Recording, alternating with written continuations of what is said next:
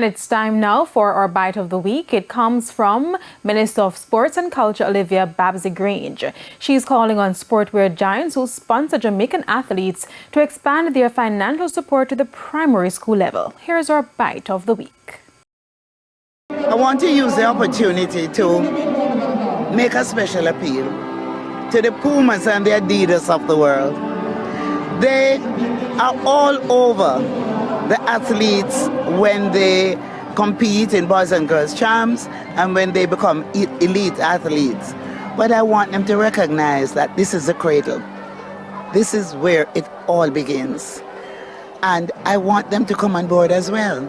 Because for years now, the government has been doing this competition. And we're growing, but we're not going as fast as we would like because we have limited funds.